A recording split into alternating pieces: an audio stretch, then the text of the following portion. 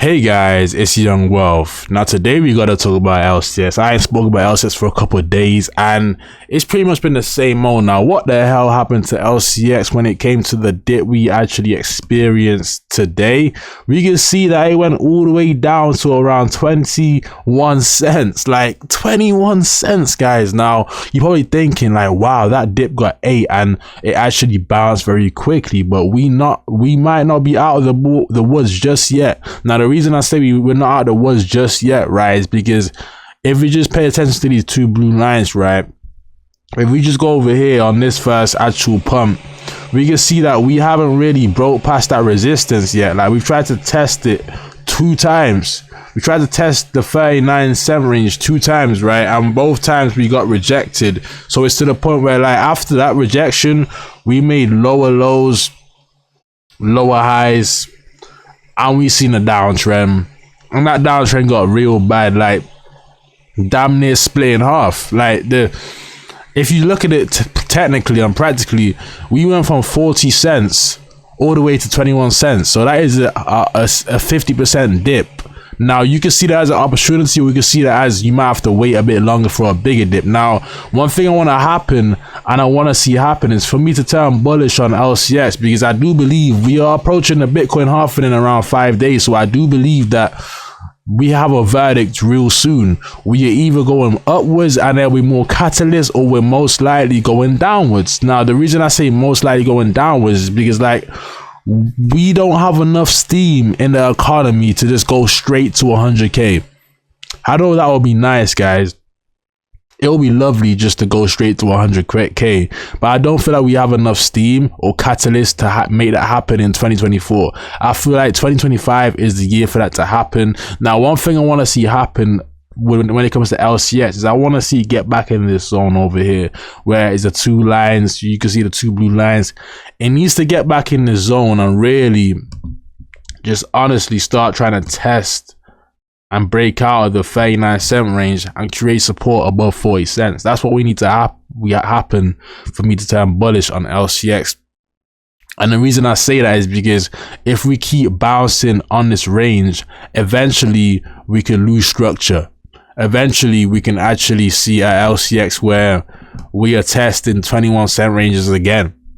If we don't break this line over here and we break this resistance over here, we can most likely test 21 cents again. I'm just being honest. Now, when it went to 21 cents, that looked like it was a very big sell that someone actually got involved with, a very big sell. So someone must have dumped the price, but people bought the dip because people are bullish on this project. Now, when it comes to L6 long term, there's just nothing to worry about. It's still undervalued. It's a project that's meant to be valued in the billions. So knowing it's meant to be worth billions, I don't want to stress you guys out about price action when I know that if you're holding for a year, this coin will be like $2.90, $3. And I'm just being honest with you guys, like the best thing to do is focus on making more money elsewhere.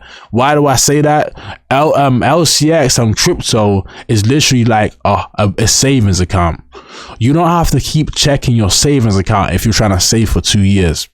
You don't have to check your savings account every single hour if you're trying to save for 2 years. It can stress you out, especially if that savings account is going down and down and down and then up and up and up. Like I always tell people, be even killed in crypto, never too happy, never too down.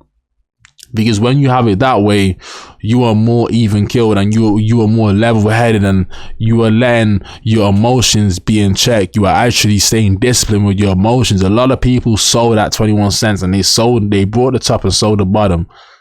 Let me say it one more time. They sold the top, or they bought the top and sold the bottom. Now, as I said, the Bitcoin halving is in 5 days, so we can expect some more downside if Bitcoin don't decide to recover and go back up. But I do feel like we have run out of 2024 steam.